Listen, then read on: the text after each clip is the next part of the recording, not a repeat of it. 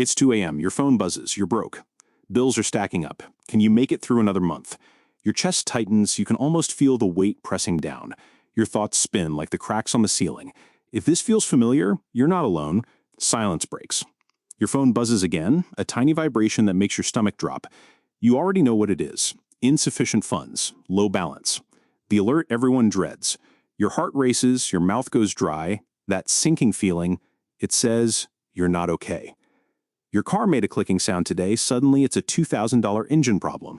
Your laptop flickered, and tomorrow it's all you have for work. Your dog limps slightly.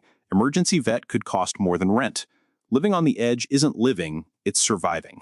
In the grocery aisle, you stare at 2 jars of peanut butter. NASA-level mental math begins. If I pay extra for the one without palm oil, can I still make my phone payment? Do I have enough gas to get to work, or do I skip dinner? This is financial vulnerability. It clouds your joy, ruins your sleep, keeps you stuck. Here's something no one tells you. There's a number where everything changes, where panic fades, where you stop surviving and start living. It might sound impossible, but it's real. That number is $10,000. On one side is scarcity thinking, every choice born from fear. On the other side, abundance thinking, choices based on possibility and long-term design. I'm Dave. Before I became a behavioral finance specialist, I was exactly where you are right now. I have felt that 2 a.m. panic. I have stood at the ATM, staring at the screen with my fingers crossed, praying that the accept button wouldn't result in a red transaction declined message.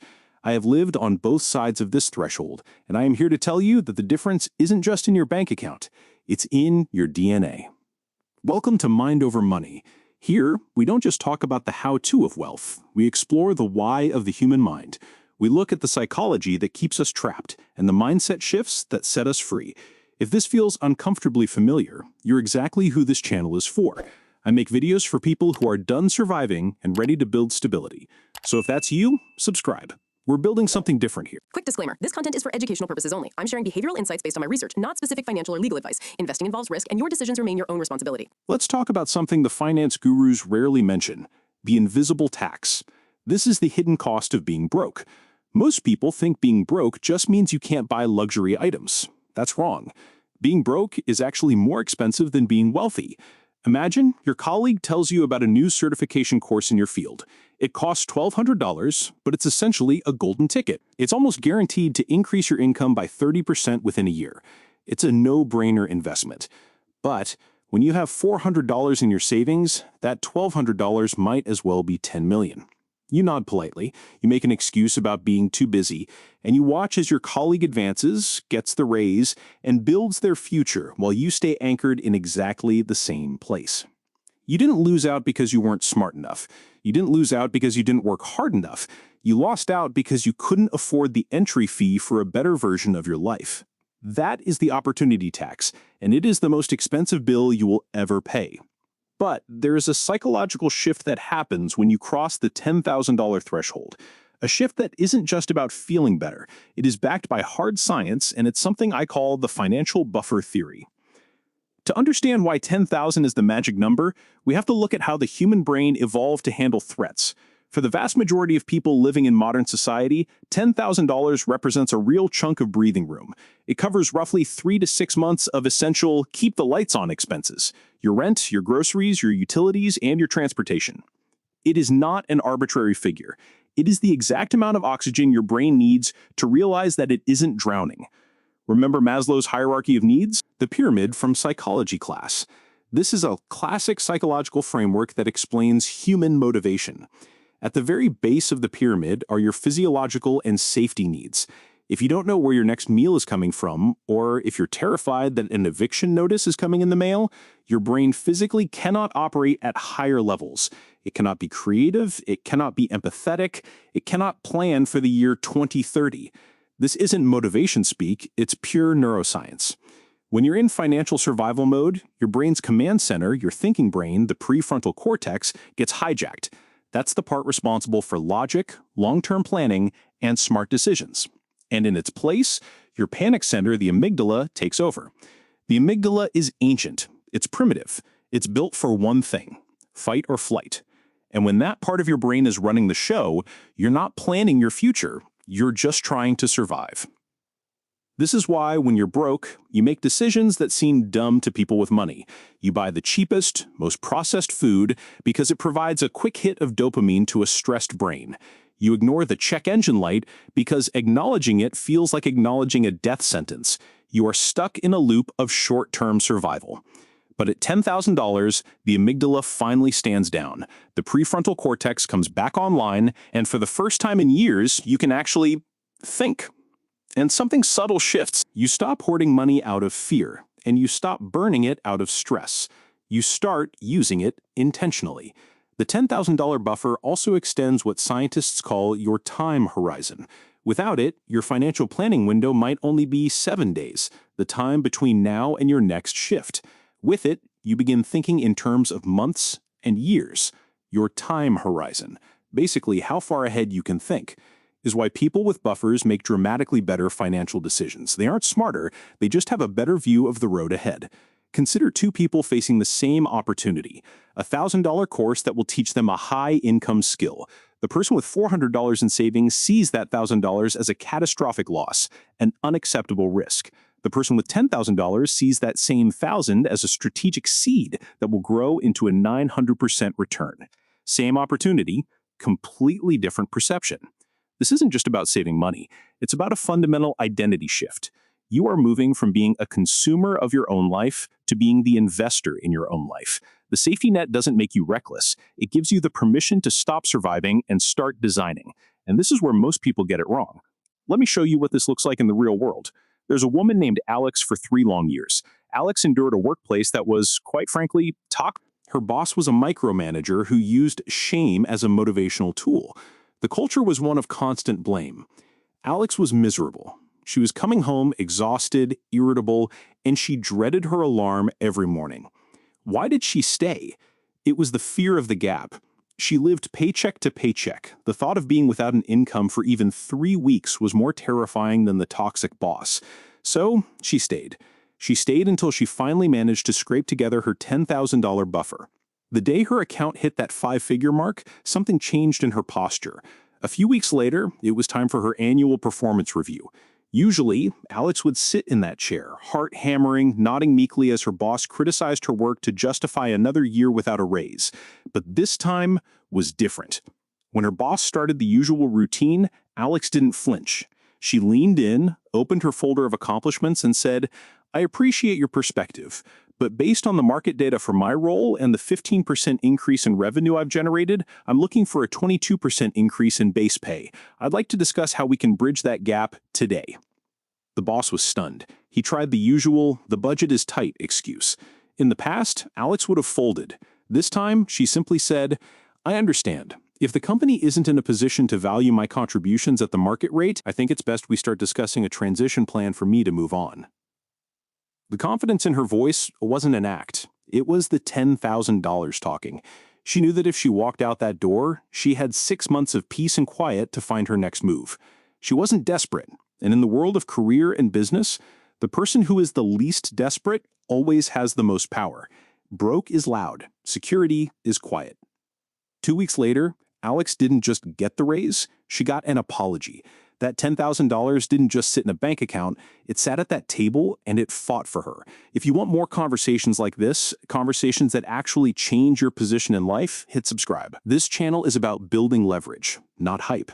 But here's where this gets even more serious. The transformation at 10,000 doesn't just change your career, it actually alters your physical biology. Financial insecurity is not just a stressful life event, it is a public health crisis that lives inside your cells. Studies have shown that chronic money stress leads to elevated levels of cortisol, the body's primary stress hormone. When cortisol stays high for months or years, it stops being a feeling. It becomes a poison. It impairs your immune function. It increases systemic inflammation.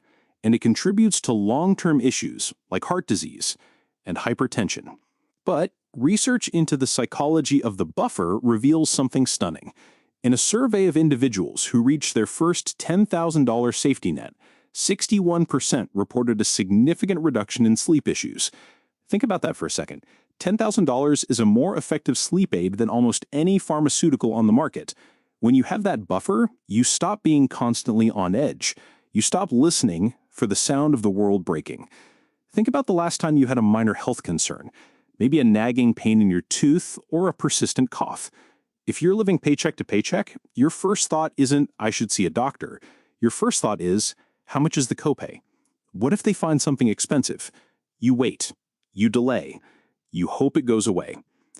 This is that hesitation cycle, and it's why the poor often stay sick. But with $10,000, you don't wait for the toothache to become a root canal. You make the appointment. You fill the prescription. You buy the high-quality food that fuels your body instead of the cheapest, most processed calories that drain your energy. These aren't luxuries. They are fundamental investments in yourself. Then there is the impact on your relationships. We've all heard the statistic that money is a leading cause of divorce. But if you look closer, those conflicts rarely stem from the actual dollar amounts. They stem from the insecurity, the fear, and the different ways of handling stress that financial scarcity triggers.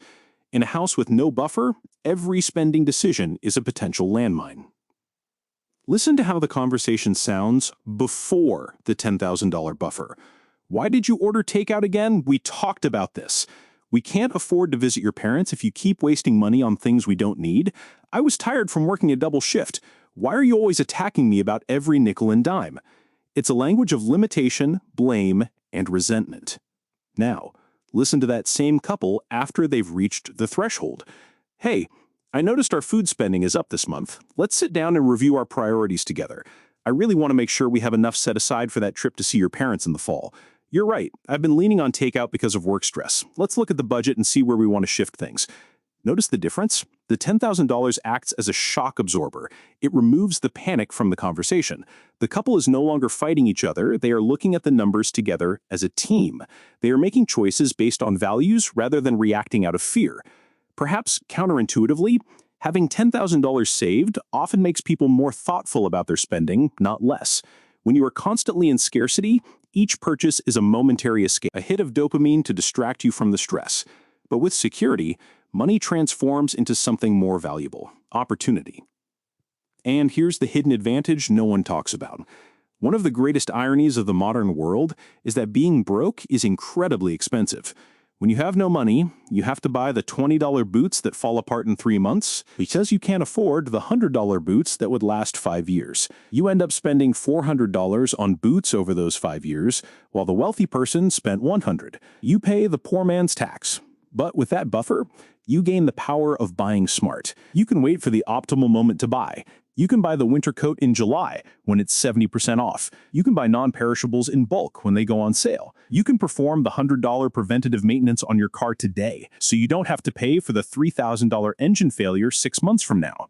Consumer research shows that this ability to be strategic saves households an average of 20 to 35% on their annual expenses. Essentially, the $10,000 buffer gives you a 30% discount on the cost of living. As your buffer grows, you move from saving to avoid disaster, to investing to build wealth. Disaster prevention is reactive and fear-based. Wealth building is proactive and possibility-based.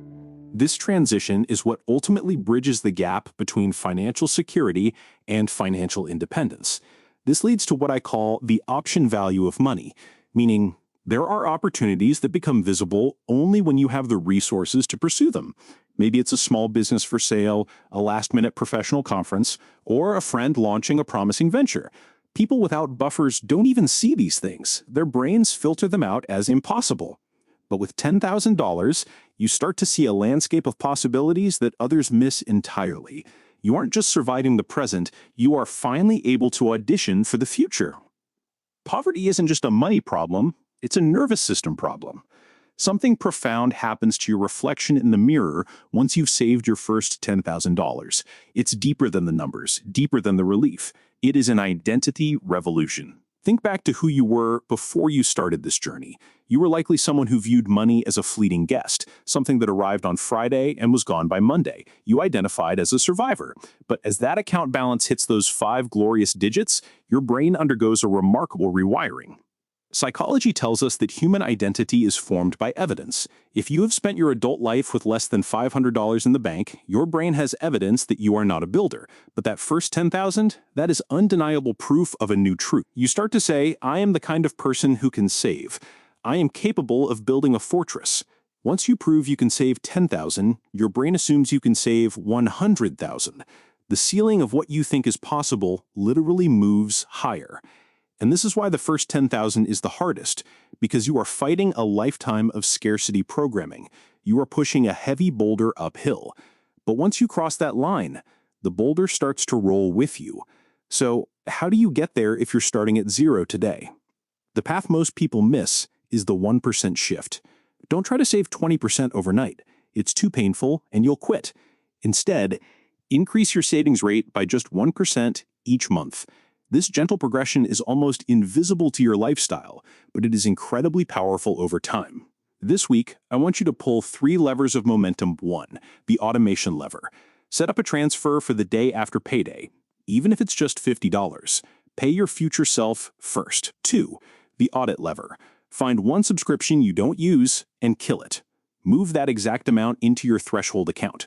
3. The income lever. Identify one-time action. Sell something. Take one extra shift. Direct that found money straight to the buffer. The choice to cross this threshold is being made right now, not when the world settles down. The choice is made in the middle of the mess. Most people chase income, but the truly free chase margin. Income is the engine, but margin is the power. It is the buffer you build between your soul and the chaos of the world. And here is my final challenge. To prove to your brain that the builder is born, I want you to take a micro action. Open your bank app right now. Move the smallest amount you can, even if it's just $5, into a separate savings account. Label that account the threshold. Then come back here and type "done" in the comments.